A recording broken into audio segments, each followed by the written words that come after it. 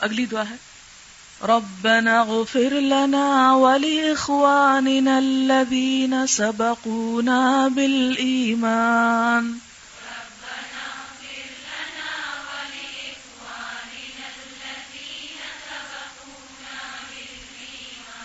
ولا تجعل في قلوبنا غلا للذين آمنوا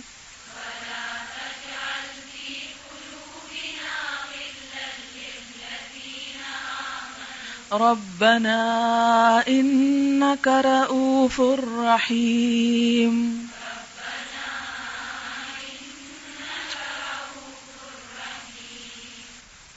ربنا اے ہمارے رب اغفر لنا بخش دے ہم کو ولی اخواننا اور ہمارے بھائیوں کو الذین وہ جو سبقونا سبقت لے گئے ہم پر بالایمان ایمان کے ساتھ ولا تجعل اور نہ بنا فی قلوبنا ہمارے دلوں میں غلن کینہ یا بغض للذین آمنوا ان لوگوں کے لیے جو ایمان لائے ربنا اے ہمارے رب انکا یقیناً تو رؤوف شفقت کرنے والا ہے رحیم مہربان ہے بہت رحم فرمانے والا ہے.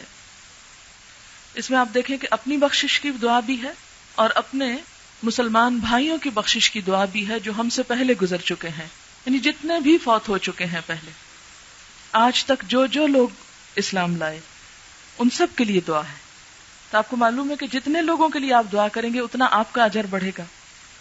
اور دوسری پھر کیا کہ ہمارے دلوں میں اہل ایمان کے لیے بغض اور کینہ نہ رکھ. یہ کتنی خوبصورت دعا ہے. اور حقیقی معنوں میں انسان سکون، امن، اطمینان اور خوشی کا اہل اسی وقت ہوتا ہے جب اس کا دل ہر ایک کے بارے میں صاف ہو.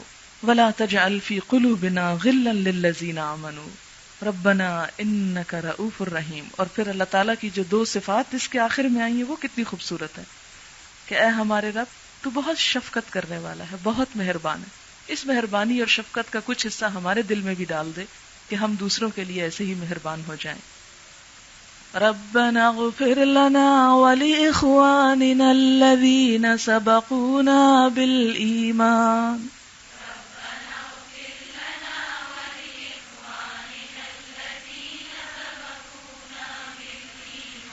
ولا تجعل في قلوبنا غلا للذين آمنوا